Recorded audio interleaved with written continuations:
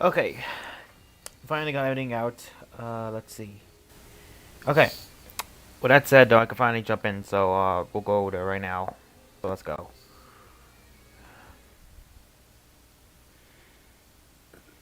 Oh, it's goggles. Hey, everybody. All right. So you guys ready? Yeah. Sure. Oh, Let's go. You gotta take it after the rain.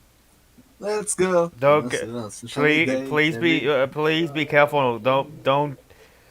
Okay, so for context, okay, real quick, how do I sound right now? you You sound great, sound man. sound swag. Okay, so for context, you guys know already. Yesterday, I tried to watch the Jurassic World Mega movie live, And Yeah. it went sad. and I got copyrighted because I did that. So now Yeah. I'm on a warning right now because of that. Where if What is that? Wait, are you not able to stream? no, I'm streaming right now. I'm streaming right now, but Oh, here's the thing. I'm on. I'm on. They basically gave me a warning. But if I do anything to like get a copyright again, I'm not gonna be able to make videos or live stream for like a week Okay. Then again, you only release a video a week, so what's the deal? True. because I don't want anything bad to happen. Because it could extend Okay. worse. I Okay. mean, yeah. Hello, And I'm follow here, and those and also Master, and hello, Samurai Trainer. Oh, you got okay. I'm coming back to making videos after almost who knows how long. So to have that happen right as I'm about to Gotcha, upload gotcha, and videos. Mhm. gotcha. hey Alex. So right Yeah. now I'm Would on you mind high. would you mind posting a stream on the PokeChat Twitter? Oh yeah, I'll do that right now. So right now I'm on high alert right now. So forgive me. All right, but let's see.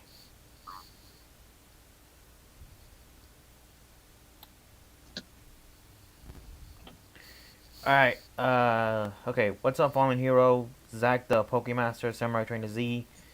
Congrats, Samurai. Congrats. Okay. Alright, so, what's up, everyone? Welcome to another PokeChat Live Deluxe. PokeChat Live, Hello. or whatever you want to call it. I got Alex with me. Hi, I'm Alex. Go follow me on Twitch. I got Cole Blitz. Greetings, trainer. Scrubblitz here, and good night, everybody. And I got Chinese Auric here. Hello.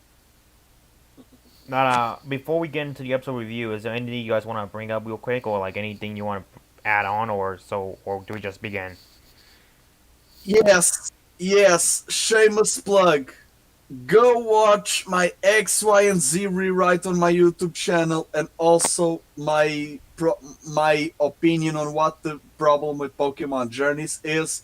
Also, before the Pokemon Day, I'll be releasing a rewrite for Season 1. And I already got over 150 subs, so thank you everyone, whoever is watching this. And Mr. Shiniest got 10k, so applause to the dude. He's deafened, but we'll clap for his spirit. Alrighty. I think. Are we ready to get on with the podcast? Also follow the. No. Anyways, I'm kidding. Anyways, let's start. Let's start the show. Alright. Goggles, that's your cue. Odd. Okay, odd. I heard background noise, but whatever. Alright, let's jump into this. Alright, time for us to review episode 56 of Journeys. Alright, this episode. The episode begins with Ash and Go playing Sword Art Online right now, because they're playing with the leagues and acting like the swords. And Ash whacks Go on the head. Huh. After this, we get a little reference when Ash used to say Motomoka Siyaku or whatever it was called. I forgot, even though I'm an XY fan. Anyways, they know it's Farfetch, and Farfetch has been training ever since the beatdown he got from Rento. It's not technically a loss because it used False Swipe, but it got beat down. Not the move beat down, actual beat up. Or, anyways. Sakuragi tells Ash and Go that there is a in the Carlos region, Windstrom, the Elite Four, is holding a like little training camp for a day. Which I beg the question: why is Ash and Go the only two that go there, even though Windstorm is an Elite Four member and offered to everybody? Anyway, Saito decides to tag on too, and when they go off to Carlos, I'll explain my Blitz talk section. TM, by the way. anyways, once we get to the Carlos region, which is the same airport that Ash arrived to when he first got to Carlos, by the way, love the continuity. They get to the castle. When they get to the castle, Windstorm is there to greet them, and their training basically begins. They go do some task with like Pokemon. Like I know Probopass, like what does Paras do? Does he like do like some magnetic pull or something like that to make the armor? Probably Yeah, like he did it. psychic. Yeah, he had- ability magnet. Yeah. Mm-hmm. Okay, so I was right when I watched the episode with Trey. So when that happened, obviously Ash and Go endure it. Although I question why Probopass didn't kept going for when they had to do all 10 laps around the castle. All right. Anyways, after that little moment, they get separated because of one of the traps, and I'm hearing myself in someone's audio. Are you? Hold on, I'll mute myself. What, was it you or do I have this thing on? Do I have this thing on myself? Nope, this thing is closed. Okay. Anyways, when they get separated, Scyther has a little tuffle with an Aegislash because the whole gimmick of this section of the training is basically uh, they're gonna have to like hone their skills and like surprise attacks, like the Danny nuzzled Ash. I'm glad Ash know what the Danny is. Um, Farfetch causes collateral damage by breaking a wall. Just keep walking until he falls into the pit. When he falls into the pit, Ash tries to help him up. I don't know why they didn't give him the leak so he could pull him up, but whatever. Anyways, when Ash grabs Farfetch, he accidentally drops the leak into the hole, and when that happens, Ash jumps into it all X and Y style, or Ash in general, and Farfetch flies. Yeah, I'm actually surprised Galarian Farfetch is able to fly. Nice little detail. Anyways, after that though, Ash and Go reunite and they're ready to do the final task. The final task is to catch a key from the Clicky, which Corbus called it, and they basically had to catch a key and As fight always. and they had to fight Aegislash and Woodstrom together. So Ash and Go grab swords. We know full well the dub's gonna change that into foam. And Farfetch decide to fight off against Aegislash. Lightsabers, let's go. When Farfetch and Aegislash duke it out, Scyther and Go decide to go try to get Klefki. Ash and Winstrom is left alone to go fight, to have a little sword fight, and I question why the hell is this man not arrested, because he's literally fighting with a sword with a trainer, with a canyon. Anyways. Farfetch realizes that Ash is in trouble, and rather than fighting off against the Aegislash, he takes the hit from Aegislash's sacred sword and protects Ash. This is where he learns Detect and goes Ultra Instinct mode on us. After that moment, though, Farfetch is about to go and wreck Aegislash until Go comes in and says, "Yo, we got the key." After that, they get the medals. Scyther stupidly evolves inside the damn Pokeball when it gets transferred, and episode's over. Alright. Now, I'm not gonna lie and sit here and say this. I did enjoy the episode, personally. I did just one of the more final episodes of Journeys, if I do say so myself. Wait, what am I saying? I'm not writing that damn show. If I was, there'll be a story. Anyways. I like this episode. I like the premise. I like the idea that Ash and Go to like this little boot camp that's being held by an Elite Four member. I do have some issues though.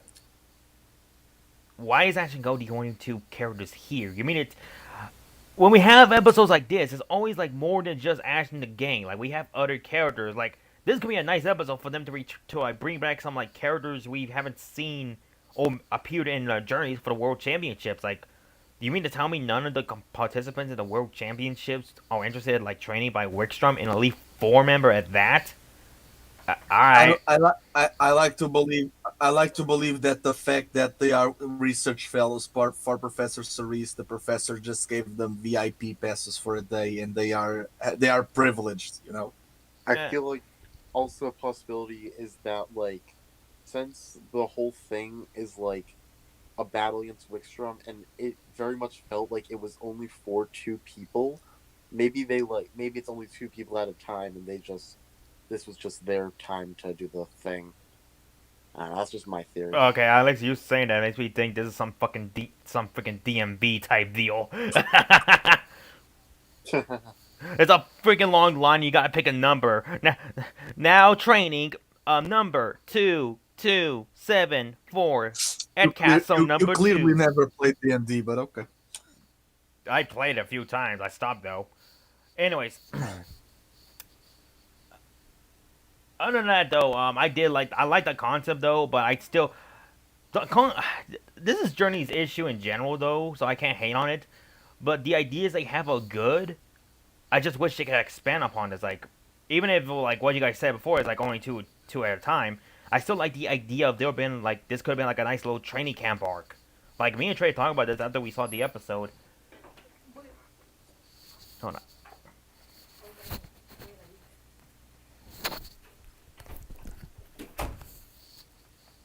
Sorry about that. Anyways, I like the idea. I like if Journeys wasn't so mindset on their episodic nature.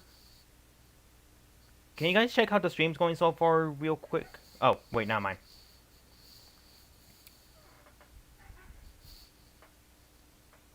I like the concept. I just feel like this could be a nice little arc where like we could have seen Ashen go hang out with some other trainers and we learn more about like those set trainers or vice versa. Like I did like the training arc. Now I am gonna point out two issues I have. One not being that so big, but the other one is I have words for that one.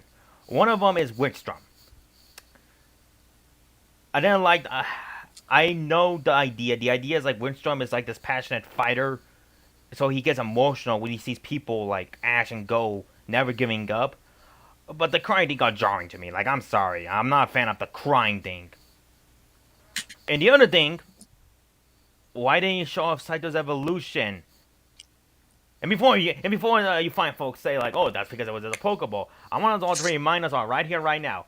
And best wishes when Bianca and Juniper did the trade. The minute the Pokemon came out, they evolved. X and Y, Punkaboo evolved into Gorgas the minute it got out of the Pokeball. So I'm not taking the it's in the Pokeball evolution excuse. That's just pure laziness. So can I cut you off for a moment, Goggles? Go. I always thought it was so dumb in Black and White and X and Y that they evolved when they came out of the Pokeball. Oh my so goodness. I'm very happy. I am very happy they changed it here. Because, like, think about it in Black and White. Bianca and Juniper traded their Shelmet and Carablast. And what's supposed to happen is Carablast steals the shell of Shelmet, but Shelmet comes out of the Pokeball still with his shell, yet it evolves into Excelgor. And Carablast comes out of the Pokeball without stealing the shell, but it evolves into Escavalier, which is just so dumb. So I'm glad that they finally fixed that in Journeys. Okay, back to you, Goggles. You're the same person who does it like Spirit Away. I'm gonna put it on right now. Yeah. He's right about. I actually agree with hey. Alex. I have to agree with Alex, but just in the fact of Excavalier and Excelgor. For this episode, I don't think there was a need. I know that I know they want to be faithful to the games, but the Paperwave Metal Clothes, like, come on, just headcanon that the suit of armor was the metal coat. Come on, man. I would have loved if Scyther got the Night Metal, and because of the time that he was in suit of armor, he spontaneously evolved even without a trade. I mean, come on, back in OS we saw Misty having her Poliwhirl basically putting a King's Rock, and there was no trade required. But now they want to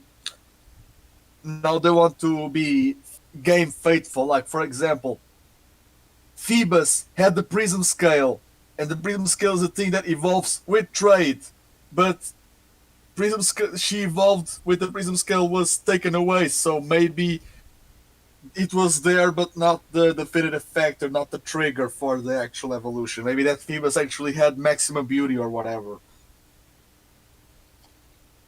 I want to point out I'm friends with Alex, so I apologize if I offended you anyways.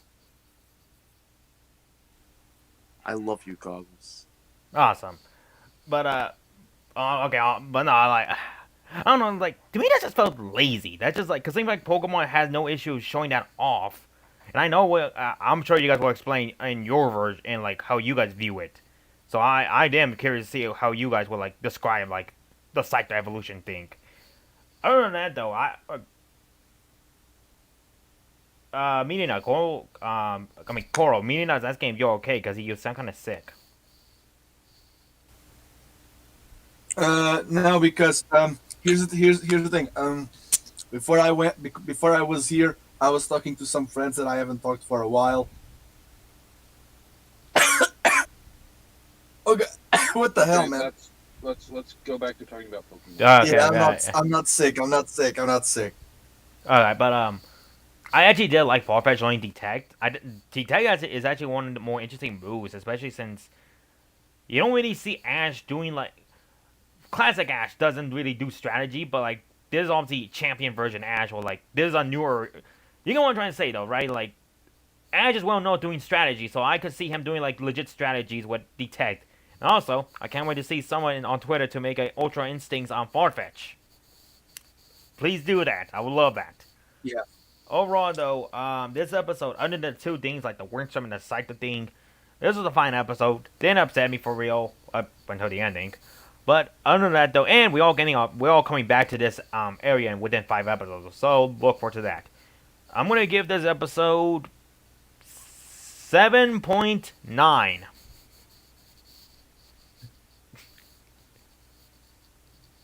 Nice. Okay, is it my turn? Yes. Okay, I really like this episode actually. I think this is the best episode of the year two, season two, whatever you want to call it. And I feel like I feel like not just this episode, but in season two so far, they've done a lot more like focusing on the Pokemon and giving us like an actual reason to care about them. Because in season one, like I didn't really care about anything. I didn't care about Lucario. I didn't care about Cinderace. I didn't even care about like Pikachu. Like they just didn't like do anything that like made me feel compelled to like care about them as characters, not just Pokemon. But with the Sobble episode and the Ponyta episode, even the one where Chloe catches Eevee, and then now this episode, I'm actually like starting to feel like more attached to Pokemon in this series. And so there's basically like three like big things I loved about this episode. Number one, Wickstrom. I think I'm surprised that I don't know if anybody else is going to mention this, but Wickstrom, I really liked his personality, like especially because we've never seen him in the anime up to this point, other than obviously the cameo in the Diancie movie. But I really think he had a fun personality because he was like over exaggerated on like completely opposite ends of the spectrum. Like he was super stern and fierce, but after he saw like Ash and Go's like dedication, he was obviously like super Um, over a friend, over joyful. Yeah. a friend of mine on Twitter, Jeff. Shout out to Tajador Engine, by the way. He called Wickstrom as the might guy of Pokemon. Oh, From Naruto, because the power of youth. it it's so revigorating. yeah. So yeah, Um, I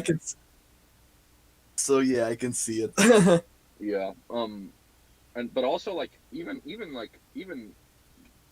those two things, like he's really like he's a good he seemed like a really good like teacher in this episode too. He really was able to teach Ash specifically a big lesson.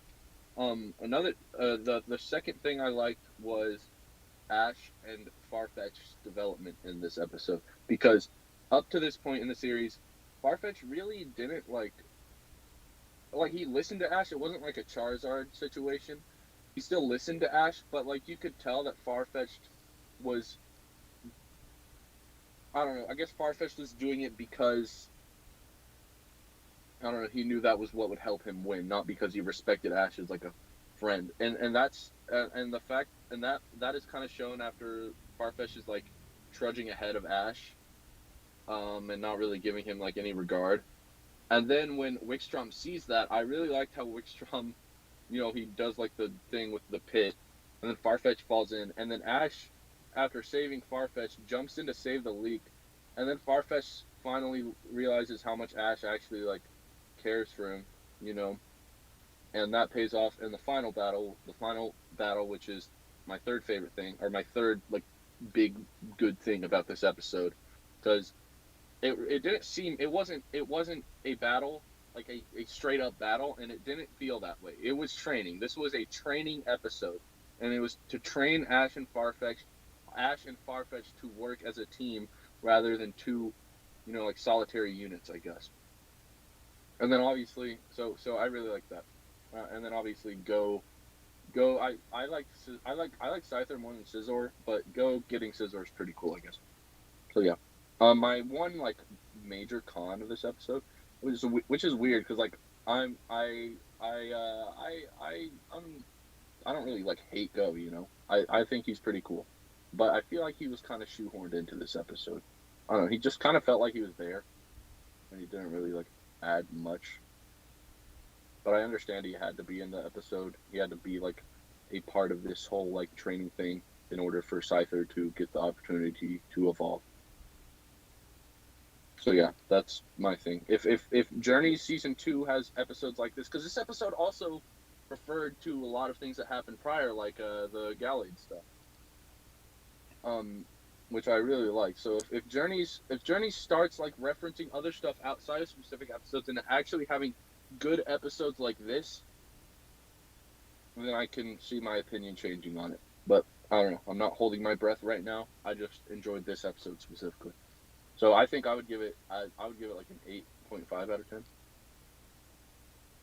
Maybe an 8 out of 10, around there. 8 to 8.5. That's my thing. All right, Alex, your turn.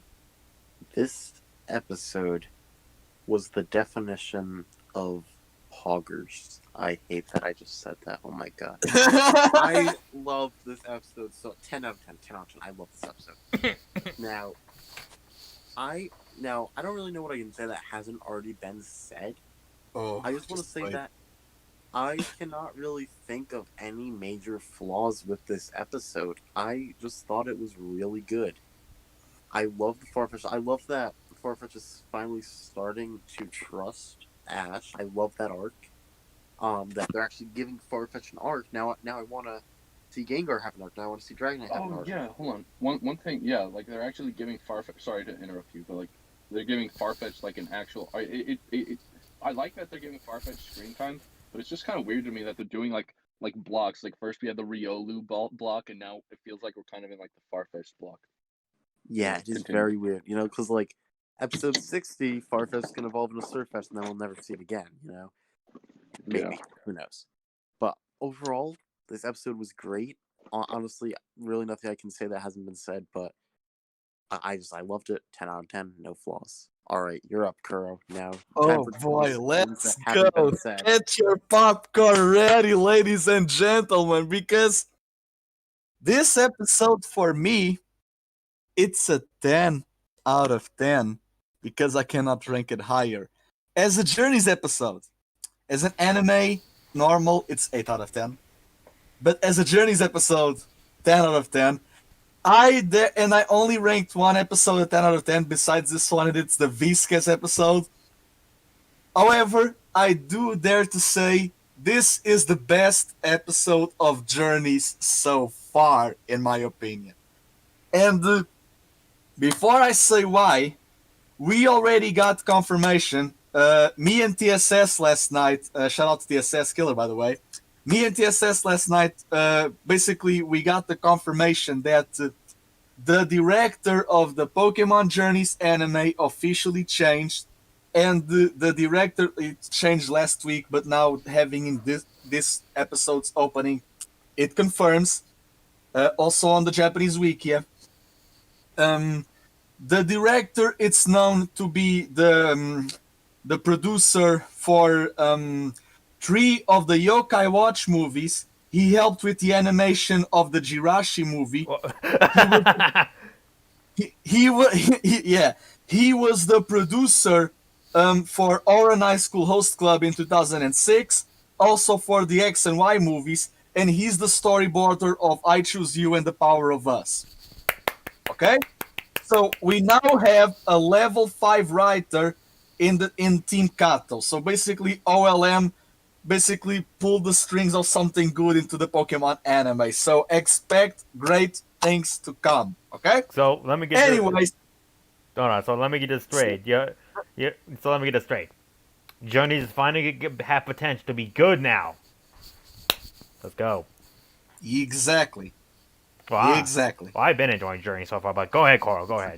It's about damn time. Okay, so in regards to this episode, I loved everything within this episode. So, as we all know, the episode starts with Ash, and Go basically league fencing one another. And sadly, well, Pikachu and Cinderace wasn't even with him.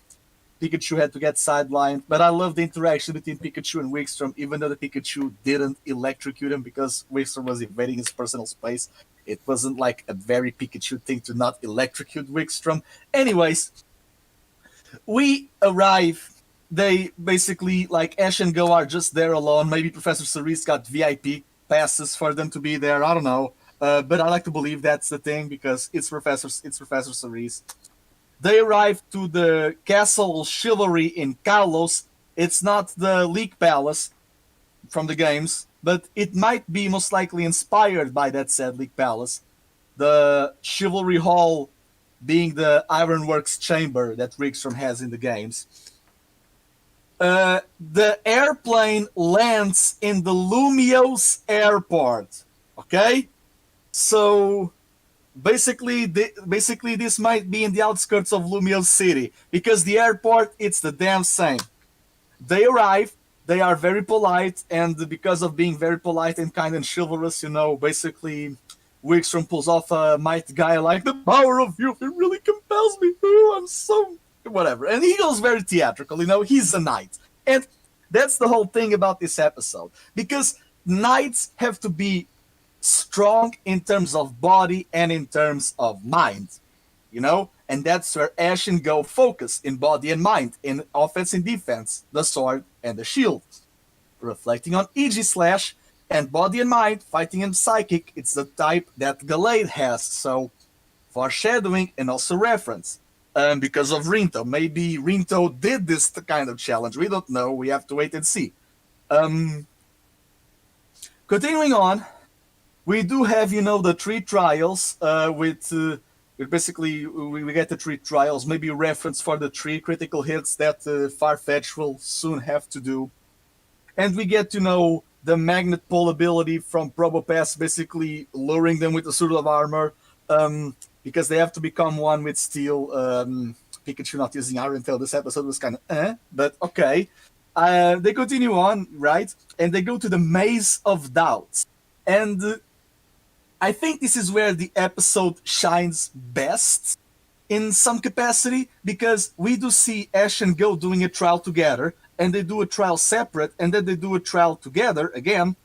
But the first they do together separate. This one they do separate, and the last one they do together. So they shine in their own unique ways by, showing the best of their abilities. Ash being empirical and Go being analytical because that's what knights do. They always have to, strategize. And in the Maze of Doubts, because we basically have the security cameras, and that's why the Dene are there because it's a castle, but it's a castle that requires electricity for the security cameras to work.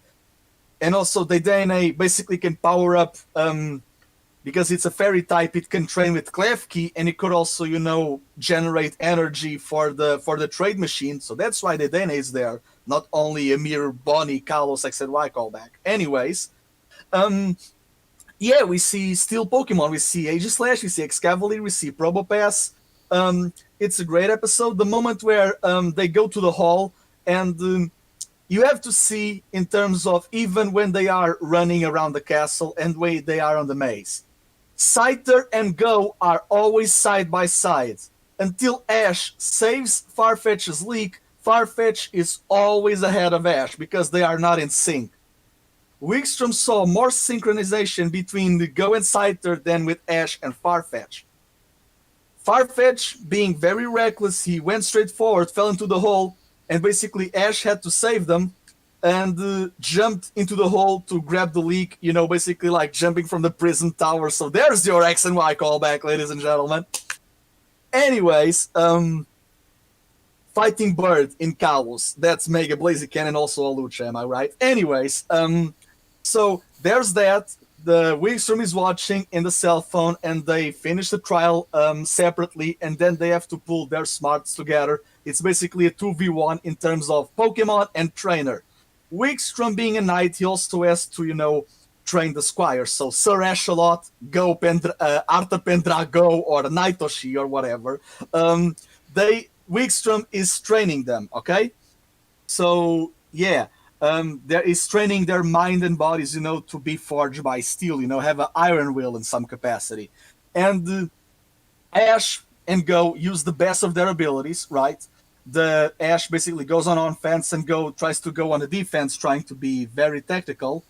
And when this happens, basically Farfetch takes the hit of the Sacred Sword to protect Ash, and by that, he learns the tact to be aware of his surroundings. That's the one thing that he was lacking in the Rinto battle, because goddamn Gallade dodged 28 Night Slashes, mind you. So here's the thing. Detect, it's a fighting type move. It's the first fighting type move that Farfetch has, but it's not an offensive fighting type move. It's a defensive one, And yeah, Farfetch went Ultra Instinct with that. And Go basically went around with Klefki. He got the key, so Go got a key from Klefki, so go for Kalos Queen. Let's go. But this was an episode. It was amazing. They shine brighter, and Ash gained something from this, like being a move. Go gained something from this, being Caesar. So they are reaching their goals in their own and unique ways, but they are reaching together. So no one was sidelined or dumbed down for the sake of the other. They battled in unison. It was amazing. Not to mention that because this is around Lumio's city, there are some references from the games. For example, in Lumio's city, you can get the TM for False Swipe. False Swipe was the move that Rinto used with his Gallade. And also in Lumio City, it's where in one of the buildings you can get the training ribbon. For those who don't know, the training ribbon, it's an item that your Pokemon gets after finishing all of the super training in Pokemon X and Y. And that is the Night Medal. The Night Medal is basically the anime version of super training, because that's what they're doing with Wigstrom. And Wigstrom, being a Duke in the Battle Chateau, basically after finishing this trial in one day together, Wigstrom basically gave Ash, Go, and their Pokemon the title of Knights. Dukes in French nobility could do that. It was not only just the Queen and Queen. Dukes could do that. So Ash and Go are officially knights in the world of Pokemon. And also Caesar and Farfetch, okay? They are knights in canon. And honestly, that's the thing, because this is by far the best Journeys episode so far. I cannot just express how, like, the one thing that could make this like over a 10 out of 10 if it was Koharu was here, But yeah, like, this was by far it was a great episode. I don't have anything much else to add on. It had its flaws, but the highs compensate the lows in a great manner, Yeah. So, and here's the thing: I like the fact that Go has this kind of Kalos tutors, because it was Gherkin, now it's Wigstrom.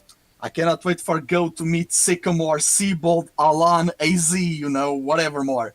Or maybe Go pulls off Alan, like Lysander returns and Lysander makes Go join Team Flare or whatever. I don't fucking know. So yeah, be sure. This episode was just amazing. I'm speechless. I'm just going on tangents here and there. But yeah, 10 out of 10 episode. Also, Ash and Go, like the things in their helmets, blue and red, cyan and magenta, and they are wearing steel armor, so that's a reference to the wolves. Also, Caesar's color scheming with Go's. It's just amazing, man. It's poggers. The end for now. I just want to point out with the Carl thing, it would have been funny if there was like this sword that no one could ever pull, but Carl could easily pull it with ease, like the Z sword.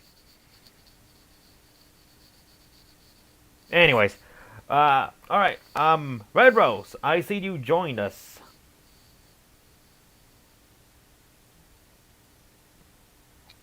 Hello, Red Rose. Hello. I don't have anything to. Well, I don't have anything to add about this episode. All I really want to say is the animation was very good. I like, especially since we've learned episode 60 will be Farfetch related. Farfetch is pretty much getting its very own training arc. Because it got 51 this episode. Yeah, it's getting what Riolu Yeah, that's what I said. Yeah, I said that before you joined. Like, it seems like it's weird. It's kind of weird how Journeys is doing this thing, like where they have like a Riolu arc and then they stop focusing on Lucario and now it's Farfetched. Yeah, Which I hope Gengar gets more in the future because he's my favorite of Ash's Chinese team. I'm hoping But, this arc isn't going to be the last we see of Farfetch's development, though. Like, I think that'll be kind of upsetting. Or to the very least, give him more screen time to show little deeds. Like, Hellllloooo got little screen time, but little development episodes, but he still pulled weight in the series. But yeah, exactly. So that's what I'm trying to say. Anyways, all right, folks. We all said what we had to say about this episode. I think we could talk about the preview for a little bit, even though I don't have screenshots for it. So forgive me. I didn't get screenshots. Should have gotten screenshots. Who's looking forward to next week's episode, by the way? Goddamn. Awesome. Okay, then. So who's ready to go and talk about the second topic? Yeah, we can start. Wait, about the preview or the 25th anniversary? We should talk about preview. Well, What was the preview? I forgot. What's next week? the Psyduck The episode. Love is a Psyduck. Oh yeah. The duck! Dun, dun, dun, dun, dun. Basically, What's with Jur? or Krissa, depending on what you call her, is attracted to Psyducks. And you know what? It's 2021. Be attracted to what you want. Bro, her name's Krista. Hold on, no! I mean, Alex, Don't be attracted to what you want. That is literally the opposite of what you should do. so Oh you're my god. You're against rights for... Yeah, Red Rose, people you're being against bestiality. How dare you? Oh god, I'm gonna get copyrighted. No, Wait, we were just copyrighted? I don't know, but they're gonna find a reason to copyright my ass. Bro, Ray Typical Pirate goggles. Gaming? No way. Ray Pirate Great Gaming. in the chat. Bro, Ray Pirate made a gaming channel. I will say Ray that Pirate's a gamer. I will say this though, real quick for the preview. I think it's gonna be one of those like. It's gonna be like one of those like little nice slice of life episodes because Save Koharu and what's her name is gonna have a sleepover, so that's gonna be kind of fun. I don't know, like this. Kikuna! Kikuna, Kikuna! yeah. Well, excuse me, I don't know her name. Coggle Master, how dare you? No, but I like the fact that Kikuna loves bird-like Pokemon because she was fanboying over Blaziken and now it's Psyduck. Yeah, I'm not. Wait a minute. I'm not too sure about that one. Wait a minute. I cannot wait for Kamonegi to evolve into a Surfetch and do the smirk and Kikuna just gushes all over the place. So wait a minute. Kikumi's gonna be. Is she gonna be the new Lana? Is she gonna be the new Lana? Wait, she has blue hair. Done deal. If you love ducks... Well, no, Anyways, because Lana. This episode will have Krissa's mother. Yeah, we'll have Krista's mother. She already referenced her sister. Maybe her sister is the girl that walks Koharu home, but we will only have her mother. Maybe we will see her sister, but she will not talk. But yeah, like Kikuna lives with her parents. Well, she's an adult in the 2020s, so it makes sense. I mean, like hell, Of course- I still live with my parents. sure you wear goggles. I Anyways, am. You heard my it's parents. it's going to be a winter themed episode. Ash and Go are going to eat ramen. So plot A and plot B are going to interfere with plot C. Wait, what's Not plot to mention C? that not to mention that Kikuna basically she has Psyduck all over the place, so it's like Rangy with Magnemite. I think that she doesn't love the guy; she loves the Psyduck more. Oh And my Koharu goodness. will see a photo of the guy, and she'll try to do Love Cupid, and it will fail because Kikuna doesn't love the guy; she loves the Pokemon, but not in a romantic way. I'm just hoping, and we are going to see Tung Gengar Eevee with a. I just hope that this episode focuses more on Koharu's feminine romantic side and the potentially Vermilion shipping for Go, please. So what you mean to tell me? Please. What you mean to tell me is that you think Because if you realize it, because the thing about Go is that Go, when Go smiles or shines or whatever, he has the shooting stars, and when Koharu basically it's very very expressive, we see the ghost shooting stars. When Arctozolt in episode 50, when Arctozolt calmed down, his happy expression, his shooting stars and cherry blossoms all over the place. So Arctozolt sees Go and Koharu as his parents, you know. So hashtag Vermilion shipping. Just make the kids canon for fuck's sakes. I'm tired of waiting. I waited 3 years for Satoseri to just happen like that. So no, I'm tired of waiting. I'm tired of waiting, man. I'm sorry, Kuro, but I think Sato Go has a higher chance of happening. I doubt that. I mean, I want to remind us all. No, it does have a higher chance of happening though. Lucario and Cinder race. Because it already happened. So. Oh my. Red Rose, what were you about to say? Okay, go. I was just saying I like Sonic. I mean, it's not like my ship, but like I can see why. I mean, I like it. I just don't think it'll happen. I don't think any ship will happen except more shipping. Though. Oh my goodness. Well, no, technically, something great on more shipping did happen. It's something better than more shipping. It's called Kukui Brunette. Beat that. Yeah, that's the one and only canon ship. That's the one kind of shipping because they got married and literally had a kid together. Okay. Okay, what does Serena do? Oh, she wait, hold on, Goggles. You're saying they had a kid? I thought that was the Grookey egg. Okay, I'll shut up. Alex, you're banned. You're banned. Gookie's using transform. Oh my. You're banned. Also, may I just say that I had canon that the day when Misty and Brock went to Alola and Ash was camping outside, that was the day when Kukui and Burnett do it. Oh because the Ash wasn't in a house to interfere. So well, basically, Kukui. I hate that is a thing. Okay. We're not talking about Kukui was studying her Z move, baby. Alright, let's not get this taken down for being not YouTube friendly. And, I would like to remind us all, I'm on a warning right now. I'm on a warning. You know, I get this warning messed up, that could get worse. Whatever. I just want someone from YouTube to just come here and beat me with a stick. Like, that's the worst punishment of them all. They track where you live and go whack you with a stick. So, yeah, next episode will be cool. Do you guys want to talk about the 25th anniversary now? Nah, Let's go. Nah, I don't really care about 25th anniversary, to be honest. What? Well, didn't you put it in the stream title? Yeah, but I didn't think we'll have that much to talk about. So, with that, everyone, thank you for watching. No, I'm just kidding. I was about to say, what the hell? I'm very, very confused, but okay. 25 years, folks. We are approaching 25 years. Where the living crap is this thing? Okay, hold on. Let me close this. Here's the thing.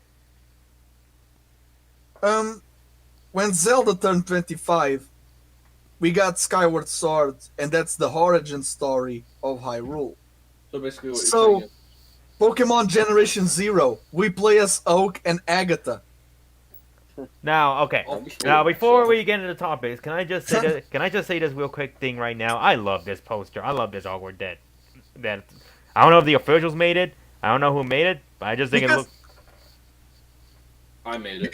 Because if you think about it, it's if we get a prequel to Kanto, if you play as Oak and Agatha, it's technically Kanto for the 25 years. It's Gen 8, but it's a Gen 1 game that it's not the Kanto that we all know and love, quote unquote. Because um, uh, I think that we are going to have GBA titles for the Nintendo Online, and with that, the Kanto pandering for the 25th years of Red and Green. We are going to have Fire Red and Leaf Green in the Nintendo Online.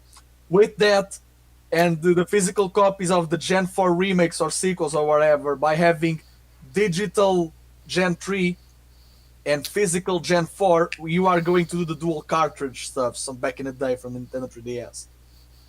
So yeah, we are going to have Kanto, baby. Woo! All right, you heard that, folks. Coral said it, but here we go, guys. 25 years. I always called it. I mean, look at Klefki, bitch. Oh my! I didn't even say anything rude to you today. Anyways, 25. Today. Oh, yeah, today. Anyways, 25 years, folks. Man, I'm old. What are you guys? Are you guys old? I remember. You're not I even remember- 25. I remember when it was 20 years. Yeah. Oh my God, 20 years. I actually did enjoy the 20th anniversary promo they did. Bro, the 20th anniversary was freaking amazing. They went all out, Yeah, and that's that not to say 25th That anniversary. was the year that I got into Pokemon. Shut up. Wow. Shut up. Freaking Pokemon baby. Okay, Bro, Alex. that was 5 years ago. I was like 10. Okay, Alex. Okay, Yeah, Alex. I That. was 16, so You wanna know something? That broke the camel's back. Oh god. breaks him. Never mind. I'm on stream, I can't say. Goggles, when did you get into Pokemon? I got into Pokemon back in 1992. No. We can save the Pokemon memories for the 25th anniversary on next week in PokeChat. You think so? Alright. Oh, yeah, actually, yeah, that's a good point. No. We'll save that. We'll save our topic of how we got into the stuff and everything in between next week, folks. But today we'll focus I mean, on. we're going to talk about Sinnoh, so Shut up. I mean, we'll be able to talk about our reaction to the direct as well. Oh, that's, Yeah. Maybe that's we could right. even do a live reaction, but we'll discuss that off the stream. We'll talk about that later on. But meanwhile, all right, Pokemon Typing Adventure 2. shut up. It could be. I mean, Goggles, I think next PokeChat milestone. You know how in PokeChat we settled a trade during the Just Dance thing? We should make it so you have to play Pokemon Typing Adventure for Pokemon. the next milestone. Okay, I never even heard of that game before. Exactly. What even is it? anyways, Goggles, what are your predictions for the week after? Hang on. For Pokemon Day, for Pokemon 25th. Hold on. Red Rose, what was that game you said again? What was that game? I need to look this up right now. Nothing. It's not important anymore. It is important. I need to. Goggles, don't diverge the topic. What are your predictions? Relax. Be professional. Be Oh, professional. Or you? I want very much like to point out we still like to have fun here. Anyways, here's what I think they're gonna show us, or what I hope. Now, I know many of us, hopefully many of us do know I started my stuff from Gen 4, and I love Gen 4. Infernape, Napoleon, Torterra, Staraptor, especially Staraptor, oh boy Staraptor, yes I said Staraptor. Anyways,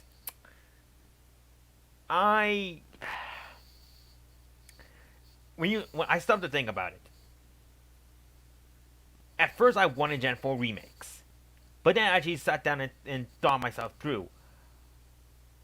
Gen 3's remakes wasn't that great, even though I was waiting for that one to happen. It was alright, but we all know the one thing we all wanted it to be in Gen 3, the Battle Frontier. We all thought we were going to get that, but no, instead they decided just to give us the Battle Maison or Mash, or whatever you want to call that thing, I don't know. So, Maison. Messon? Maison Impossible? What is wrong with us? Anyways, what I hope they announce. Obviously, they're going to announce like a new mainstream game, like a sequel or something like that. So, if we have to have Gen 4 remakes, have them be like a sequel to the events that happened in the past. Like, I would not mind that idea at all. Like, they So if it's a sequel, it's not a remake. Jesus Christ, Red Rose. I mean, not Red Rose, Coro. Yeah, what the fuck? What did Red Rose do to you? No, no, listen, it's been a long day, okay? Okay, I'm tired, okay? Okay, I went to bed at 5 in the morning. I can see it. I can see it, buddy. But, if we have to go to Gen 4, I would much prefer them doing it like a sequel series like Black 2 and White 2, where, like, you add some new gems, a new story, new characters, old characters returning, or something like that. But Pokemon nowadays, they don't put in much effort. Look at Sword and Shield. Granted, that's one thing I actually don't mind if they do, actually.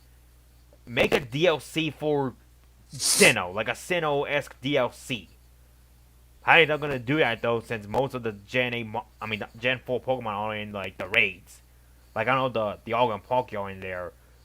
Is Giratina in the raids, too, by the way? Or am I mistaken? I don't know. Wait, is Giratina in what? The raids, like the Dynamax raid battles. Yeah. Oh, okay. So are Dialga and Palkia. I know about those two. I didn't know about Giratina. But not Arceus. Well, of course not Arceus. Arceus is a god. Not to mention that in the Crown Tundra you get access to all of the fossils except the Gen 4 ones. So it's clear that they're banking on Gen 4 remakes, which I'm gonna be honest.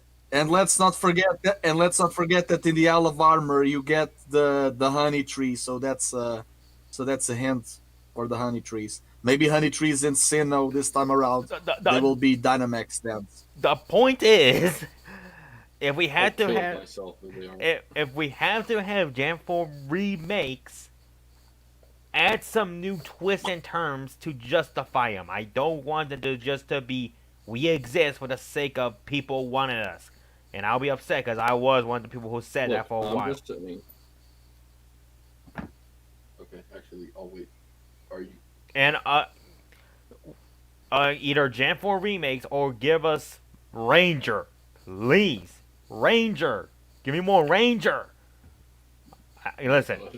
Playing Pokemon Ranger sounds of Omnia, boy. You play that, come back to me, and then we'll talk. I've played all of them. They're my favorite spin-off. Good, then I don't want to hear any freaking excuses then. Okay, so how are they going to make it work on... Okay, you know what? I just don't think it's likely, but if they can make Skyward Sword work on the Switch, they can make Pokemon Ranger. Exactly. Yeah. No because excuses. Sword is a wildly more popular game than Pokemon Ranger. So not to mention that in Sword and Shield you swirl the Joy-Con to do curry, so that's the thing with the capture styler. You'll get Joy-Con drift, but if you want to have the Ranger games on the Switch, it's a price that you have to pay. Not to mention that if they do a Mario 3D All-Stars with the 3 Ranger games, you can get Manaphy into your Diamond and Pearl remake. I would very much like to point out they could easily make a feature where it's like a Stylus Plus. There you go. Stylus Plus. Let's do it. Anyways, what am I doing? I'm drunk. You really think they're going to make a whole ass peripheral? Yes, edition? They did it. I'm gonna play Pokemon Ranger with my Nintendo label. Oh my god! It's better than I have that. It's better than having another freaking Coliseum or XD game. Those games suck. Hey! Don't you shit talk Coliseum. Don't you dare to shit talk Coliseum, okay? I want a Coliseum 3, a sequel to Gale of Darkness. If not that, Pokepark 3 or Pinball 3. I want to point out, I know I played the Coliseum XD games, but I know how fun they are. Of course you do. That's why you're shitting on the game, because you don't know what taste is, Goggles. Koro, I know how good the games are. I want to play them myself. Jesus. Then play them. I can't. There's no copies anymore. Bro, you live in a digital era. You watch anime illegally. Come on. You don't know that. Just emulate the goddamn dolphin, Goggles. Yeah, but I'll get in trouble. Right. I'll get in trouble if I do that, though. I'm gonna get in trouble. How do you want Pokemon? Because the only way you could do animated dolphin, I learned this a long time ago. It's only okay if you actually own the game before. I never owned the games, So, so therefore I can't play it. We're on a side tangent. 25th anniversary.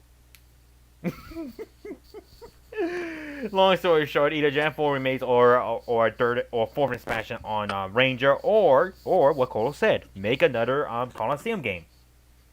You can even remaster these games. Anyways, that's all I gotta say. Who's next? I think Ion. Ion.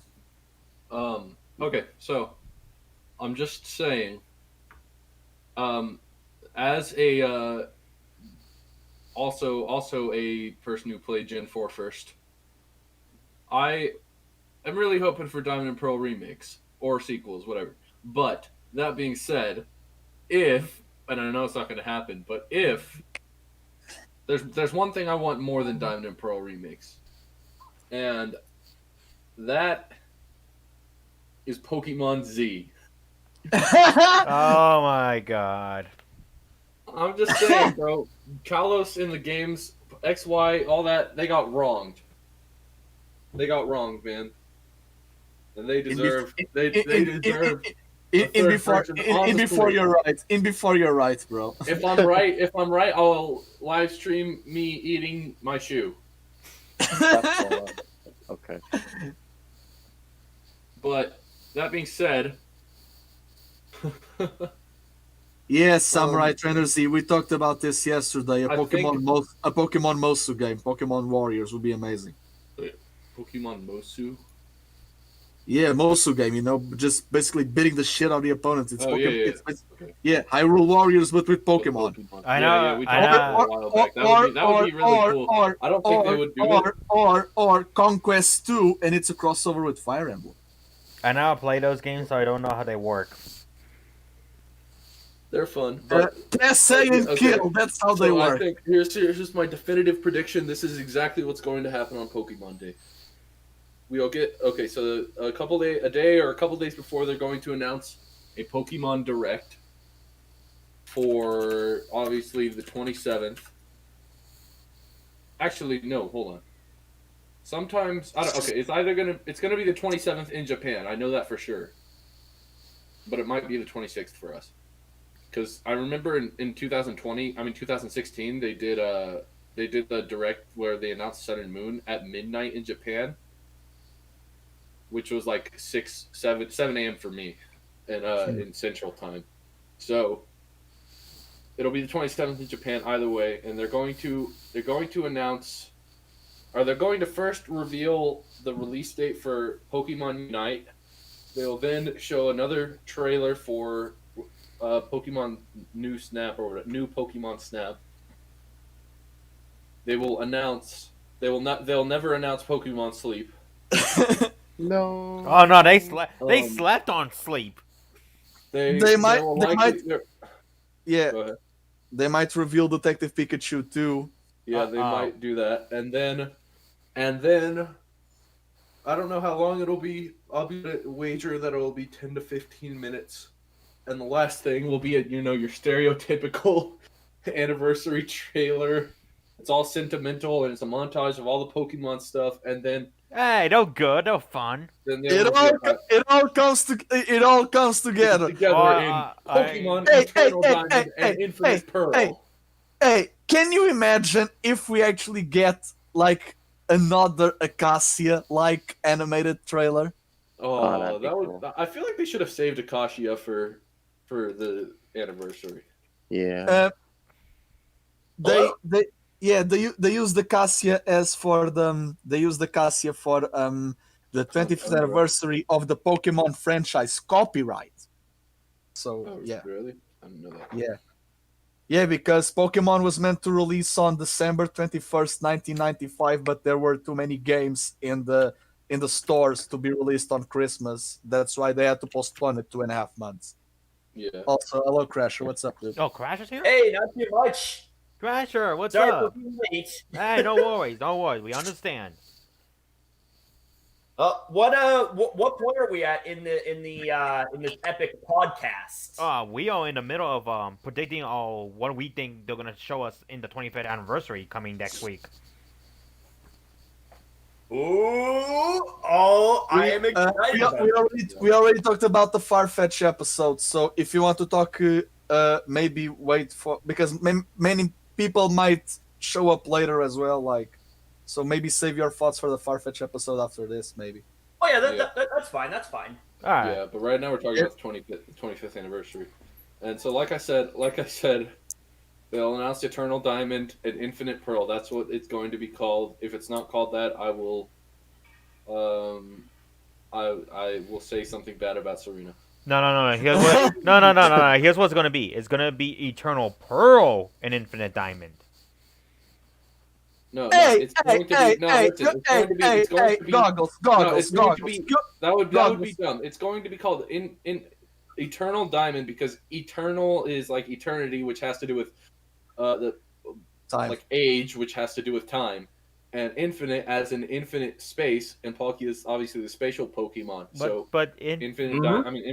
Infinite Pearl and Eternal Diamond. But think That's about what it. they would be Diamonds last eternally though. That is No, they actually not don't. true. That is literally just not true. Also, If I threw a diamond in a volcano, it would be destroyed.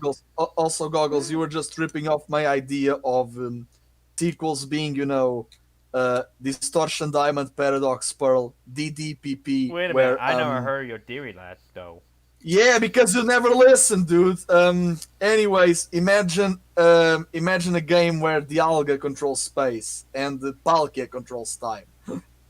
Because space-time is on the same axis, so they can swap the roles, and you get cosmic, because the Adamant and the Lustrous Orb, they are going to unlock new forms. The new forms most likely will have Cosmic in the name, and the abilities will have Limitless and Boundless in their names as well. Because the one thing they will have to do, it's the statue of Eterna. It will not be in 2D, and they cannot fuse the statue like in the manga because it will lose ambiguity. So they have to work around that. Paul Park and Great Marsh being wild areas, no HMs because we have the Rotom Bike, the GTS in True Blythe. It will not be a thing. Maybe it could be a Pokeathlon because sports Galar, and we have Jasmine from Johto. The Battle Zone. I don't want for the Battle Zone to be paid DLC because if we have to pay for the extra 6 routes, we might pay $30 more, and we have no Battle Frontier. Not to mention that Dynamax, all in post game for the fighting area battleground or for the underground of the Sinnoh underground, like in the max levels of the Crown Tundra. Because if we have Dynamax in the main game, you have to retcon the Galar particles, and you basically no Platinum episode, no Alpha episode, no Arceus in the because that's what needs to happen. Like Arceus, Azure Flute, Spear Pillar, a mythical in-game like Deoxys was in Aurus. Maybe Luker can be there because he was in Platinum. Maybe Xenia can be in the Alpha episode because the Creation Trio are all dragons. They would have to galerize Sinnoh, and I don't want that because I don't want for the gyms to be redesigned. I don't want for the Aces to be redesigned because Gigantamax is just a gimmick. They shoehorn Megas in Aurus. I don't want for it's another multiverse. Fuck that shit, man. Just do sequels.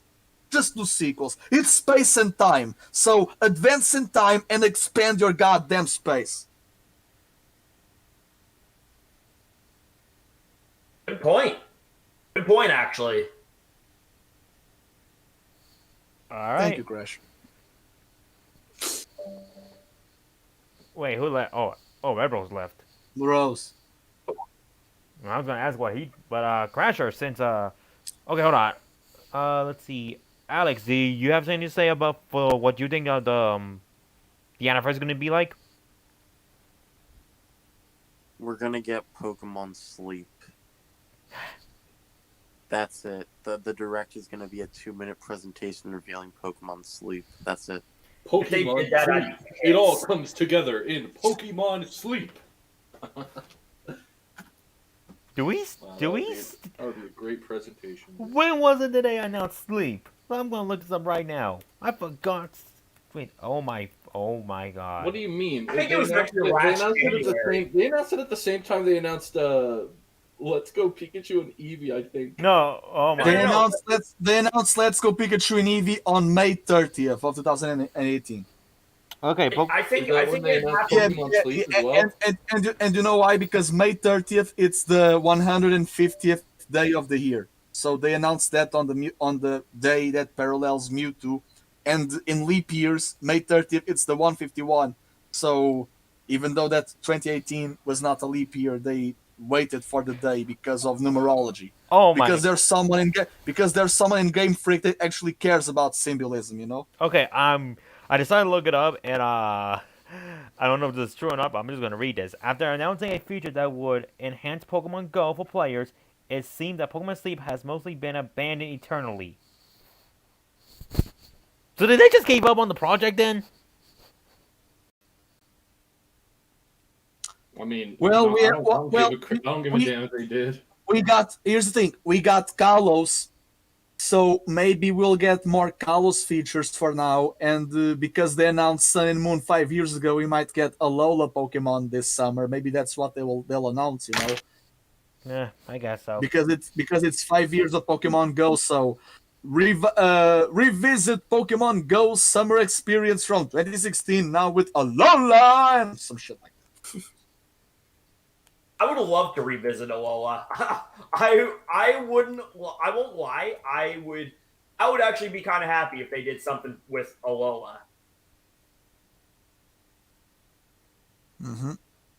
I'm an Alolan boy. You know what I'm saying? Like, Yeah. you know what I'm saying? Trayman 1 and Entity Maze are not the only Alola stands out there. I'm an Alola stand too.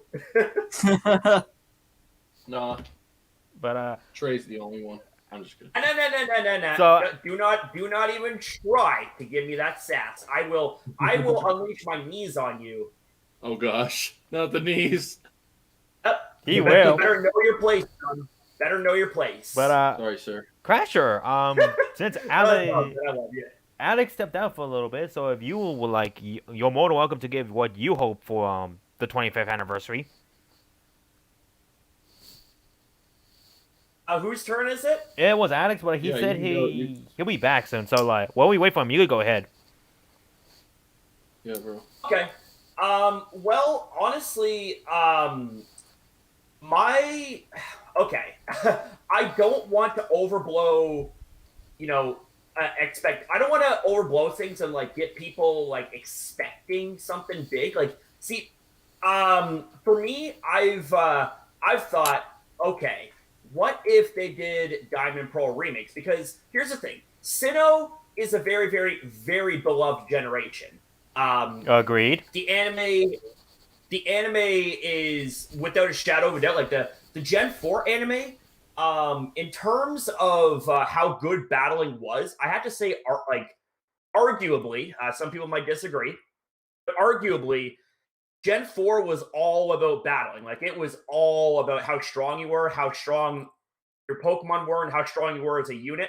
And I actually loved that feel. You know what I'm saying? So I'm thinking, if they are going to do something big, you know, to commemorate 25 years of Pokemon, no doubt they would have to go to the route of Gen 4 Remix, because I also did a little discussion video some time back, like where I was kind of predicting when we could possibly get Gen 4 Remix, and I was thinking like in the year, well, originally, like based on like my mathematics that I had in my video, 2020 was I guess going to be the year of doing Gen 4 Remix, but that wasn't to be because we had ourselves the 2 sets of DLC. So if there's nothing going on for 2021, like no major release, then I see no reason why they can't do Gen 4 remakes. Because like I said, Gen 4 is very, very beloved. You know what I'm saying? Like there's not really honestly, like if I was to be like a critical neutral thinker, I can't think really of anything of a lot of things to like have complaints about for Gen 4. I thought it was done very, very well. The starters, the region, the story, etc. So I definitely think the main event is going to be the announcement of Gen 4 remakes. If not, I will actually kind of be surprised because Not to mention that if we get the return of seal capsules, can you imagine basically the seal capsules exiting your Pokemon after Gigantamaxing? oh my Oh, god! goodness. Okay. Not to mention that like I said before, we will not have the GTS building in Jubilife, so they can have Pokeathlon because it's a sport. We got Johto, we got Galar, so it's sports related, and we get Jasmine, who in the games she does Pokeathlons and contests. And speaking of contests, coordinators VGC, you know. Now that would be very interesting. Like having a VGC tier where it's all about coordination and contests and stuff like that. That is, Yeah. You know what? That's actually a really good fucking idea. Like what you just came up with, dude. That's milk. That's like vitamin milk right there. That's muscle milk, baby. Woo! That's what I'm Yeah. talking about. Muscle milk. Muscle milk. Yeah, baby. Muscle milk. 30 grams of protein in a single drink. Only $9.99. But yeah, as before you arrived, Crasher, like besides that, I'm going to repeat myself, but I have this idea because it's the 25th anniversary of Red and Green. So because we have in the Nintendo 3DS, we got whatchamacallit, we got Gen 1 and 2 for the Virtual Console. Maybe the Nintendo Online can now port GBA, and you have Fire Red and Leaf Green in the Nintendo Switch, and by having the digital copies of Gen 3 and the physical ones of Gen 4 remakes, you emulate the double cartridge for the Nintendo DS. Not to mention that 3D All-Stars of a Pokemon Ranger, Joy-Con drift like in the making of Curry, that's the capture styler, and people can get Manaphy into the DP remakes by having a Ranger on the Switch. That would be sick. Oh my god. Oh, I just thought of something. Like GS Ball Joy-Con with Celebi. Yes, the infamous GS ball, aka Okay. You know what? Instead of doing a Let's Go Johto, if you have the virtual Fire Red and Leaf Green and Let's Go and Pikachu and Eevee, you can have a Johto episode in your Let's Go Pikachu and Eevee. Or if you use your GS Ball Joy-Con Plus in your Sinnoh remakes, you get access to the Sinjo ruins. Ooh, nice. Yeah. Nice. Not to mention that because the Pokeathlon and the contests, I would love the idea of, because the battleground you battle against stat trainers and gym leaders. Incorporate that with Elite Four members. Make the battleground of the fight area into a Gigantamax Coliseum and just do a Sinnoh Star tournament. You know. That'd be sick. That would be absolutely sick. Like if the main event, so now that my mind is kind of jarred a bit, where it's like I'm kind of starting to have the cogs turn, I would love to see, like in the main announcements category, I would love to see an announcement where they release Gen 3 games on Virtual Console. I would probably pull a triple if they did something like that. Like, I'm not gonna lie, I would pull a fucking triple. Second, I think that it could either come down, and this is like the main event, that it could either come down to Let's Go Johto, like, you know, the second installment in the Let's Go series, or Gen 4 remakes, or what if they did a Let's Go style Sinnoh game, you know, like Let's Go Sinnoh or something like that, combining combining the Yeah, like element. they do two versions, but instead of doing, for example, let's go diamond, let's go pearl, or let's go gold, and let's go silver, they do let's go Johto and let's go Sinnoh, and instead of choosing between one of the two, you buy the two, and by buying the two, you get the Sinja ruins. Done. Okay, okay. No, Do you work for Game Freak? Do you work for Game Freak? Do you work for anyone? No. No. Okay, well you need to work for Game Freak, and you need to give them these ideas because Like, that's let's go crystal and let's go platinum. Yes. Yup. Oh man, I'm excited now. I know, And right? The thing is, it's the 20th, so we're literally 1 week away from this being like from the 27th. Now, I do have to say, that this falls on a Saturday, so I'm not sure if that's gonna really mean anything. Like, if it's going to affect anything, like if they're going to do like the big drop on the 27th, or if they're going to actually do it on the 26th. Because the last time we had a big drop, like for a new generation game, I believe was on the 27th. That was for Sword and Shield, but that was like a weekday. And then when there was 2016, when there was the announcement of Sun and Moon, they did that on the 26th. It was 27th in Japan time, but it was 26th for the rest of us. Yeah, I said that earlier. Yeah, it'll probably be 27th in Japan either way, but yeah, I think Sword and Shield actually was revealed on the 27th. If it's midnight on the 27th, for me it will be 4 p.m. So for Central Time it will be 10 a.m. Yeah, for my time, which means Crasher for you would be noon. Man, I'm super pumped. Like, but the thing is, though, is that I typically do my Pokemon Journeys anime reaction live streams on Saturdays because I wait till the subs come out. So I give it a whole day. So this is something. So I might have I hope that we get clarification. You know what I mean? So that way I can set things up accordingly and not have things overlap. Because then it would be a hot mess. It would be so bloody confusing. Yeah.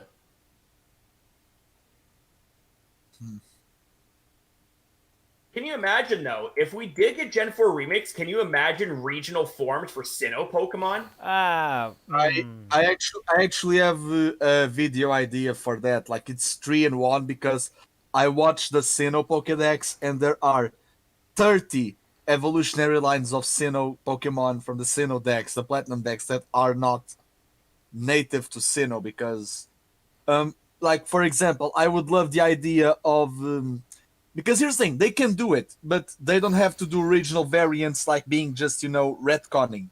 They can, for example, how in Sword and Shield you have Pokemon with a Ultra Aura when they have better IVs, like they have this golden aura shining upon them. Mm-hmm. They can basically say something around the lines of the Arceus plates in the Sinnoh underground are leaking energy to the surface, and sometimes there are rare spawns of Pokemon not native to Sinnoh where they gain a new type, For example, you are walking down the road and you see a Ponyta. Okay, sure thing. And then one time a special spawn appears and there's like a ghost Ponyta or something. Okay, I would not mind if that actually happens. I would justify that. Not to mention that the Platinum Pokédex has 210 Pokemon and they can add 5 more.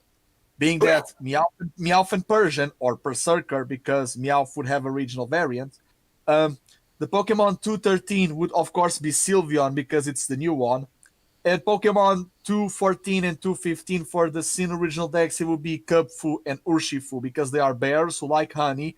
They are most likely native to Sinnoh, so therefore, maybe we would get a third G-Max Urshifu, that has the purple color of Eternatus. Maybe it's called Mixed Strike Style, and you can only have that if you have that in Sinnoh, and that's maybe what we'll go have, you know. I am really excited because here's the thing. I love Urshifu. Urshifu is just so freaking buff. You know what I'm saying? It's buff. It's like you see the size of its legs. I bet it could leg press a freaking building or something like that.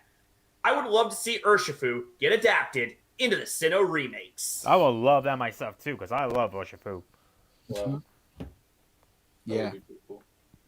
And anyone who disses Urshifu, who's a naysayer of Urshifu, well, I bless your neck. Good luck, because then you'd have to worry about Urshifu knee choking you. You hear that, Ion? I pretend I did not hear it. Oh, yeah. Pretend that you didn't hear it. Oh man. But Yeah, no. Bottom line, I'm excited for Pokemon Day. yeah. Bottom line. Same here. 25 years. Can't wait for it. I don't know. Like it's still. I feel freaking old. That's what I said to these people. 25 years of Pokemon. It's like I'm 40, right? You're the person in the wheelchair that wants to buy the chocolate from SpongeBob. Did you just call me a person in the wheelchair? That's what I caught. Yeah, bro. wait a minute. Are you talking about? Oh, Are you're you, old, you are you don't show ta- respect your elders. are you talking about the old lady? Sorry, sir. Sorry. I'm sorry for stepping out of line, sir. Sorry. Anyways, if you don't have anything much else to say about the 25th anniversary, maybe just have Crasher give his opinion about the Farfetch episode. Oh, okay, sure. So Crasher, if you have any thoughts on the episode, feel free to give us. Like, if Okay. So I knew, I kind of figured going into the episode it was going to be good because any episode that involves Farfetch being prominently featured, you know it's going to be good. Like I don't care like if Lucario is like the quote unquote superior fighting type. It's all about Farfetched, okay? Yeah. That's no cap either, and I know that's like a nuclear take because everybody loves Lucario, including me. I also love Farfetch'd as well. You know what I'm saying? I'm all about come on. But anyways, Come on. so my thoughts on this episode was that this episode was absolutely fantastic. I thought that Farfetch got some pretty decent development. Like maybe not so much physically. Well, actually, no. I can't say physically because it did learn Detect, and it managed to go toe to toe with Aegislash, even though it was just like sparring. He managed to get like a really solid hit on it. And goes Scyther evolving into Scizor, man. I'm like, get out of here! Like myself, Raph, and like I can't remember. Like there was like I think a few other people that were thinking that like maybe Go's Scyther would evolve into Scizor. Like it was like a small chance. That hence why you always gotta say it's predictions, right? You never ever want to say that this is confirmed. Like therefore I'm right. No. So the fact that Go now has Scizor, which is a freaking powerhouse of a Pokemon. That boy's got major development. That's amazing because all of the good characters that start with the letter G, they get a Scizor. Go, Gary, Guzma. Absolutely. And as for Ash's Farfetch, oh man, that Pokemon is going to go far. Like and dare I say it's like the Stone Cold Steve Austin of Ash's team of Pokemon. Really, like it's so stubborn, it's so gutsy and proud. Like because its character arc, it's like it's a lone warrior. He's with Ash just for convenience sake of becoming stronger. It's basically a samurai becoming a knight, fighting for the sake of a good battle into fighting for the sake of protecting others. Because he takes a blow to protect Ash. Yes, he does. That was the big thing. That was the big well, two big things actually. Detect, it's his first fighting move, and it's not even an offensive one. It's about watching the surroundings. That's the thing that he lacked when battling Rinto. Not to mention that the way he used Detect, it was high key Ultra Instinct from Dragon Ball. So And here's the thing as well, like there's two big things in that episode that really stuck out to me regarding Farfetch'd. Number one, Ash jumped down the hole to rescue Farfetch's Leak, and Farfetch flew down after him. It turns out Ash, was okay because it was a small enough hole that he could like jam himself up, like using his arms and legs to stretch out across. But the big thing, the biggest takeaway, aside from Scizor Evolution, which obviously that got me super freaking hyped because I love Scizor, but we had ourselves Ash in danger, and rather than pursuing victory versus Aegislash, he risked himself to protect Ash, which I'm just like, I was stunned. I'm like, you are kidding me.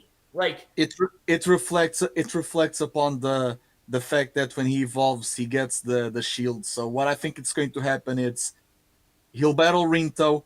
The Leak will break in half, like how Girder's Steel Beam broke in half, foreshadowing the concrete pillars. And when Farfetch evolves, the Leak halves will evolve alongside them, and we will get the spear and the shield. Now that is actually okay. So I know that there's a new episode that's been announced. I have a video coming up on that. Would you mind if I actually used that prediction? Like I'll get Sure thing, man. I can give you credit. Like who was I talking to again? My apologies. Kuro Blitz. All right, I will credit you because that's a good idea. Yeah. Like, that's a good visual right there. Yeah. Because the thing it's the character of Farfetch. Oh man! Not to mention that I was saying before, this episode, because of the new director, not Ash or Go were sidelined or dumbed down for the sake of the other. They shine in their own way, side by side, or like they were side by side, or even separate, or even side by side when separate because of the three trials. They were basically knights, fighting with mind and body. And Scyther and Go, they were in sync. They were side by side. Ash and Farfetch until the whole thing. Farfetch was always, just walking ahead. Like he basically he sees the wall. Like when God closes the door, he opens the window. But Farfetch is like, no. When God closes the door, I'll bust that door open, man. Yeah, that was badass as well. That was good. It's low key rock smash brick break. Farfetch is but it's not so good. But it's not the move. The move that most likely he forgot was brutal swing. You think so? Yep. Well, and I'm not sure if that's the case because, in all fairness, we did see Farfetch learn a new move being Detect, and we seen Night Slash, we seen Fury Cutter. Yeah, no, but it makes sense because brutal swing is just him spinning around, not being aware of the surroundings. Okay. So not having Detect, he gets aware of the surroundings. Not to mention that, why would he have brutal swing when he becomes a Surfetch? It doesn't make sense. So he might as well. He sacrificed Brutal Swing because with Night Slash battling Gallade, Fury Cutter battling Gallade, because Bug and Dark, they are the weaknesses of Psychic, but being normal type, Gallade will neutralize that, and he needs Focus Energy for the critical hits. But when he evolves, Focus Energy will most likely become Iron Defense. That's the move that he learns upon evolution. Or maybe they will Brave Bird or even Meteor Assault right now, which would be kind of. Also, real quick, I want to add this little detail. I guess I'm getting rid of Blue Swing can also eliminates the issue he had when he gets dizzy after a while. So I'm fine with it. But continue, Crasher. Yeah.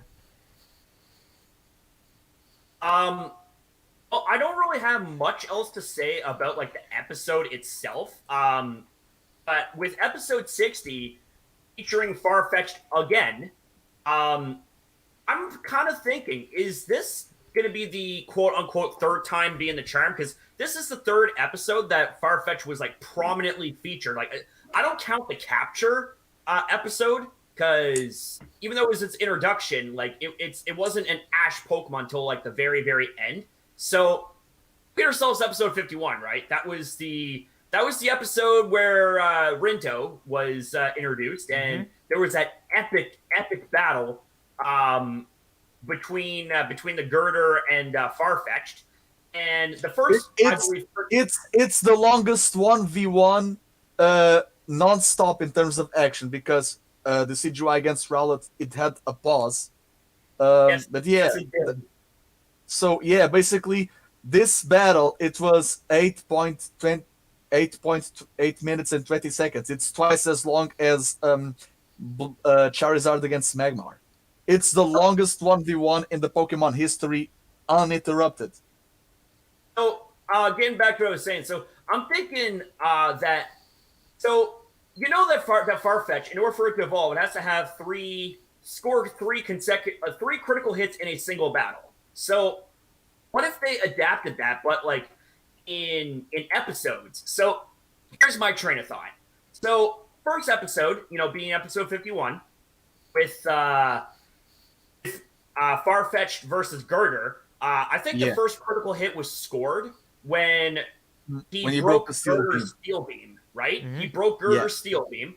So then we had ourselves the episode 56 with Wickstrom, and I think maybe the second instance of a quote unquote critical hit might have happened when either it landed that nice blow on Aegislash, or if it learned Detect, like if that was the quote unquote critical hit reference, like to advance itself. And then episode 60, instead of like critical hits, it's having like 3 like trials basically. Yeah. That's also another good. That's also another way to put it. Honestly, that's what Trey was predicting last week. Like if Farfetch was to evolve today, Probopass, Excavalier, and Aegislash, Farfetch would have landed a critical hit in each Pokemon. Like, that would have actually been a good thing to adapt as well in the episode. Yeah. I'm not complaining though. The episode was I think it's going to be in the Rinto episode, because Farfetch will get the critical hits because of focus energy. But here's the thing: if he uses Night Slash on Gallade, that might be a problem, because last time when he used Night Slash, Gallade dodged all 20 plus of them. But here's the thing: Gallade's ability, the hidden ability, is Justified. Justified boosts your attack when you get hit by a dark move. Uh-oh. It does. So Farfetch might land a hit, but it's going to be dangerous. Not to mention that Farfetch using Night Slash in the Kalos region. I mean, not even Greninja could pull that off. Oh yeah, that's kind of true. It had Cut, which I guess was OP for it, but I digress. Here's the thing. So, back to my train of thought. So, episode 60, we have ourselves Leak Master in the title. So, I'm thinking that episode might feature the return of Rinto, and there's going to be an actual full-fledged battle instead of just like a little hit, like a one-hitter quitter type of thing, like we see in episode 51. I think during that time, it's going to be where Farfetch does end up evolving into Surfetch'd. But then we also see Chivalry in the title as well. And episode 56 also had the title Chivalry in it. So maybe it's the return of Wickstrom, although I very highly doubt it. I will say I highly doubt it's more metaphor. I think it's more metaphorical. Like he'll remember the time that he did training in this episode, and it will help in the actual battle. Maybe Wickstrom, if Wickstrom appears, he could be the referee of the. But here's the thing: we don't know if it's a battle for the World Championships or not, because imagine that Rinto is in a hyper class. They cannot battle people outside of the rank. If they do, maybe Rinto it would have to be a special. Wickstrom would have to be a referee, but I don't see it. Maybe Rinto did training with Wickstrom. In before he pulls off a Mega Gallade, we don't know. If that actually happened, I would lose my mind. I would like I'd probably break sound barriers with my reaction.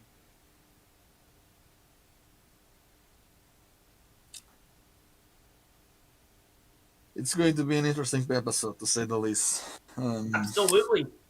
Yeah. No, I'm fine for it. I honestly, yeah, I don't have anything much else to say in regards to the episode or the 20th anniversary, for that matter. Yeah. That my thoughts are pretty much. What was your What was your rating of this episode, Crasher? By the way. Oh jeez. I like okay. I'd have to say 9 out of 10. Like I know I save my ratings now for like when I do my actual reviews because my rating can always change because you know when you're rating in the moment, more often than not, it's very very easy to score things in a high rating. Yeah. But you have to absorb the episode first before you can really truly give it like a good like rating type of thing. Like unless you're like a really really fast thinker, but you know with my old age creeping up, it's like I sometimes need a little more time to think about stuff, right? So I would have to say I'm gonna give this like a fair 9 out of 10. I don't have any complaints about the episode, but it wasn't like an over the top like Leon versus Lance type of episode or Ash catching Dragonite type of episode. Like it was focused on one thing, and it was a very very very good focus. Yeah. Just the fact that they didn't sideline or dumb down Ash or Go for the sake of the other, that alone deserves some credit. That does earn merits. There's actually like I loved the balance between like the balance of, like between the two. Now of course you know you're gonna have people like detractors of Go, you know, being all like, oh, you know, he gets like all the credit, he gets evolution, this, that, everything else. I'm just saying, it's a character. Why are you getting mad over a character? They're co-protagonists for a reason. They both have their own story. You know, Go wants to catch every single Pokemon on his road to Mew, so him, you know, getting even legendary Pokemon and him getting evolutions is not that far out there because Mew is a mythical Pokemon. So obviously Go has to have experience with legendary Pokemon, right? He had his experience with Zapdos where he almost caught it. Had his experience with Suicune where he caught it in an last-ditch effort to save it, and Suicune chose to stay with Go. So you can't get mad at Go for that. He also rescued Eternatus from Macrocosmos. That's right. He also caught Eternatus as well. So the more I think about it, the more it's like, well, I mean, like if it was not to mention that legendary and mythicals and whatever more, they are wild and therefore they are very powerful, but also very unpredictable. That's why Go training with an Elite Four member, mind you. That's necessary. That's necessary for his story. You will not battle legendaries without, you know, having Elite Force training you. That's like, and the thing, because the thing, like, for example, he had some mentoring from Gherkin in the Corrine episode. Now with Wickstrom, like, French people are just tutoring Go. I'm waiting. Blaziken Mask, Seabolt, Halan, Sycamore. French people are tutoring Go. French people, yeah, Calosians be like. Honestly, that's the thing. If we go to Sinnoh and we see B battling Maylene and Ash needs to battle Maylene because he never won against Maylene. Honestly, if Journeys still had the same director, I would be worried. Because if Ash was to battle Maylene, I would not care because it's just Lucario fan service. I'm more invested in Go interacting with Reggie, Paul's brother.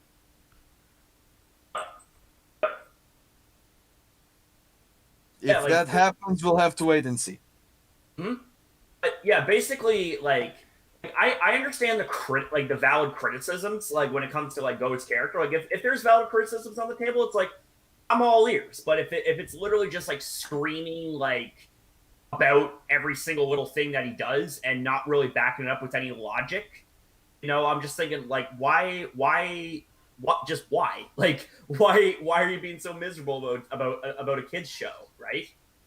Um, but yeah, like I understand no characters are perfect. Everyone is entitled to their opinion. You know what I'm saying? Mm-hmm. Whether it's logical or not, it's their opinion. But I feel like Go has earned his keep in the anime. If I'm gonna be honest, I feel like he's really earned his keep. I didn't feel that way towards the start. Like I was probably one of the more critical people of Go. Like I didn't like his constant catching every single Pokemon and then just like leaving them there to rot. Oh yeah, like the goal of getting Mew, it's not bad. The execution, the dream, that's bad. Yeah. So Because basically, capturing them all in the anime doesn't make sense because Pokemon are living creatures. You cannot box them digitally. You cannot like have them in the background like in the manga. No, no, it doesn't work. They are living creatures. Like, are you telling me that Professor Sakuragi always has an infinite amount of money, space, and food to always have this Pokemon? Like, how can you feed a Golurk on a daily basis, or even an Aerodactyl? Well, Because I don't think the Golurk Aerodactyl, eats. yeah, because Aerodactyl, they don't have the diet that they have. It's not like things that are growing in the natural nowadays. Like, what the hell? but like okay, so finishing off on my point there, it's like my main issue when it came to Go, like just catching Pokemon left and right was like, oh my god, like is he gonna even like take care or interact with any of these Pokemon, or is he just catching them for the sake of just catching them? But like when I seen that episode what was it 20? It was the return episode after the 23. after the 23. hiatus. The one episode where Bulbapedia put Marpeco in the thumbnail and they were wrong. Yeah, but basically, what had happened was like after seeing that Go actually does interact and take care of this Pokemon, I'm thinking, okay, you know what? I was wrong about Go. I will easily take the L on that one. You know what I'm saying? Because it actually shows that he does take care of his Pokemon, and just because it's not, and I also adapted this mindset too, that just because it's not shown on the anime doesn't mean it's not actually happening behind the scenes. It just would be nice to see it on screen as well, so that way, everyone gets like visual confirmation of. Yeah, it's basically like, for example, it's like with Ash's battles, because Pokemon promotes Ash, Go, and Koharu as the battle, capture, and bond. They are the traveling trio in some capacity. And every time Koharu shows up, even if little, she matters. She develops. Every time Go captures a Pokemon, we see it. We care. Ash, he battles, but we don't see it. And battling, it's the whole point of his character. How can we care or be invested if we don't see it, Yeah. Yes. That's like when like we want to see more battling and stuff like that, right? Because like that's I want to see more battling. I can't say we. I don't want to speak for everybody. You know what I'm I saying? agree. I speak do. for myself. Personally, I do agree with you, Crash. I do want to see more battles personally. Okay. Well, me and Goggles then. Well, I guess I'll speak for you too. But basically, we want to see more battles because like battling is a core feature, a core mechanic in Pokemon. There's catching Pokemon, which is a core mechanic, and that's what Go is encapsulating with his involvement in the anime. But the thing is, we see a lot more catching than we do battling. That's a given right there, right? So I can understand why people would be upset about that. That's a very, very, very, very, very fair criticism. But like, reading about Go, like, catching a Pokemon that he earned, like such as with like Flygon or with Suicune, dare I say, like, it's like, come on, man. It's like, you're upset because Go is catching a Pokemon that he actually earned.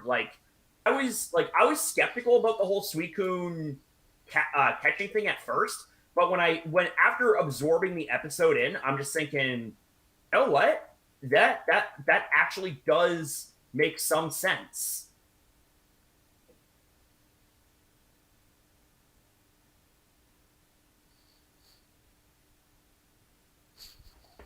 Hello? Awkward silence. I was worried. I'm just reflecting because honestly, I don't have anything much else to add on. Like the show is going on the right direction. This episode and the last one again, we have a new director. That's the storyboarder for the I Choose You and the Power of Us movies. So we're in good hands now. Yeah. We are in good hands. We are hopefully. So but here's the thing, just because we have a new director now, it doesn't mean that the influence of the other one will leave as soon as he left. Yeah. So no, just give some episodes, for example, Give the it a few epic, months. like for example, the episodic formula. They announced that in September, and they do episode 6 months in advance. So March, however, because of the hiatus, April, May, things are going to get good once we have the road trip. The road trip arc will save Journeys. Quote me on this later. We're going on the open road, folks. I'm really excited about that too. Yeah, the road trip arc will save Journeys. Has anyone here? Okay. It seems like Leon drives just like his girl Sonia. Yeah, they taught each other how to drive. Hey, listen. Damn Brits. Listen, listen, I love off-roading, okay? I know I've done it before, but it looks fun, so... And for those who are saying, oh, we see the Charizard, but where's Hop? Hop is in the trunk, okay? Hop is in the trunk. What is this? What is this? Freaking Leon kidnapped his own brother? No, not 1922. Well, I think this is a good place to wrap up, honestly. Yeah. Yeah. Honestly, Yeah, I think we said everything we had to say for this week's. So, all right. And we all at the 2-hour mark about, so it is a good time to end it off. So, folks, Yep. Let's have a moment to thank these fine people for joining me here. First up, we're going to have Core Brits. Thank you for joining us. Thanks for having us. Thanks for having us, Goggles. Zoro, thank you. Without a doubt, thank you for having us. And again, sorry that I arrived a bit late. No, came up and I had to. No worries, man. No worries, man. A moment of silence for Red Rose and Alex, who had to leave mid-podcast. Yeah. Also, shout out to Tremon1 for providing the screenshots. He wanted to be here for the one episode, but our Trey. Yeah, Trey was busy this time, so actually. sad. But check all these guys' channels out in the description down below. They make fantastic videos. I know some of them have major projects coming up soon, so look forward to that. Check out the other folks' channels. Yeah. Anyone who wasn't here, like obviously Infamous, Red Rose. No wait, Red Rose. What am I talking about? Xano actually, because he does really good videos too. We all do. Right, so check us out. Follow our Twitters. Follow the Abridge. And our good boy Zero Voltage, also known as Pokemon Trainer Brian. And Pokemon Trainer Brian as well, because that boy's going places. 1 million. Wait a minute. Let me double check something before we end the stream. He hasn't reached 20k yet. He's a 19.9. But folks, go subscribe to Zero Voltage and get him to 20k, please. Let's get to 20k, folks. Zero Voltage is almost like to 20k already. Yep. Yeah, bro. Yeah. Popping off. Also, our boy Xenolit just released the What If He Wrote Pokemon Best Wishes Part 3. He's at 395, so help him reach 400. So yeah, help these folks out. I'm on my way up to 7,000. And I just reached 350 myself personally, which is a good achievement for myself. Oh, nice! We did it. So with that said, folks, we will That's awesome, bro. Thank you, Crasher. Thank you. So with that said, folks, we will see you guys next week, or in this channel at least Monday, because new video. I'm coming back.